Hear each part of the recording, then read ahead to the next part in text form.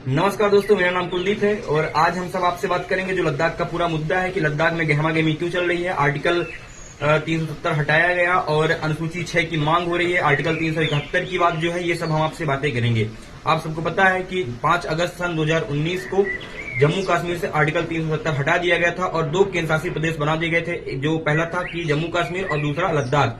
तो सरकार का जो कहना था कि हम जैसे ही लद्दाख को यूनियन टेरिटरी बनाएंगे, हम उनको एक अच्छा खासा बजट देंगे। लेकिन वहां के जो लोग हैं, वहां के जो रहवासी हैं, वो कह रहे हैं कि सरकार ने जो हमसे वादा किया था वो अपनी वादा भूल गई है, अपने वादा को नहीं निभा रही है।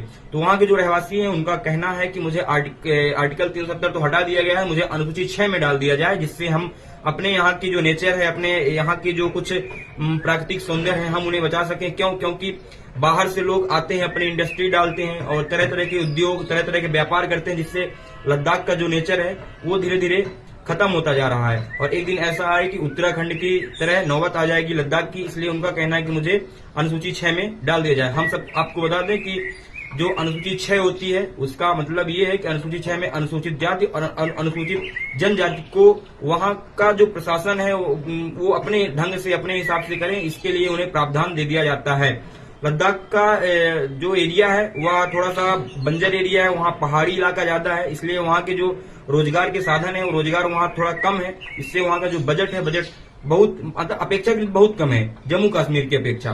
तो वहाँ के जो रहवासी हैं, उनका कहना है कि जो जम्मू कश्मीर को सरकार ज्यादा फोकस कर रही है, जम्मू कश्मीर में जो है तो वहाँ का बजट जो है तो हमारे यहाँ से ज्यादा बजट है। और जम्मू कश्मीर में वहाँ तरह तरह की मतलब कहा जाए तो वहाँ अनेक जॉबों है। जैसे कि अगर हम बात करें तो ड्राई फ्रूट के मामले में जम्मू कश्मीर बहुत आगे है, जो पूरे विश्व में, भारत के साथ साथ पूरे विश्व में भी वह उसका व्यापार करता है। और वहाँ की अर्थव्यवस्था जो है तो कहा जाए तो बहुत सीमित तक संभाला हुआ है ये आपका जो है वहाँ का ड्राई फ्रूट। और वहाँ जो है तो सरकार इंफ्रास्ट्रक्चर कर रही है, जैसे तरह तरह की पुल बनवा रही है और यहाँ तक कि रेलवे का प्रावधान करवा रही है। और मतलब तरह तरह के जो है तो सरकार वहाँ पे फोकस कर रही है। और उनका कहना यही है कि हमारे लद्दाख में ध्यान नहीं दिया जा रहा है।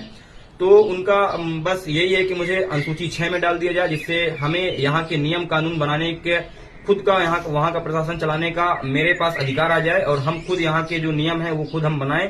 और सरकार जो भी फंडिंग करे तो हमको भी थोड़ा सा बजट में या फंडिंग हमको थोड़ा ज्यादा दे।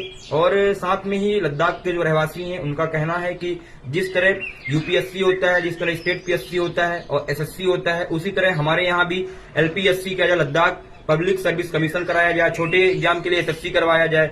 और उनकी एक मांग और है कि जैसे लोकसभा में हमें सिर्फ 1 सीट दी गई है, उसे बढ़ाकर 2 सीट की जाए। राज्यसभा में हमें 1 भी सीट नहीं दी गई है, उसे कम से कम 1 सीट की जाए।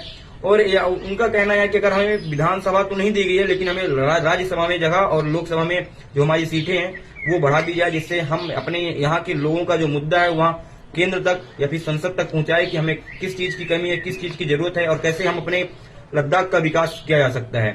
तो आपको वीडियो कैसी लगी, आप अपनी राय कमेंट बॉक्स में जरूर बताइएगा। धन्यवाद।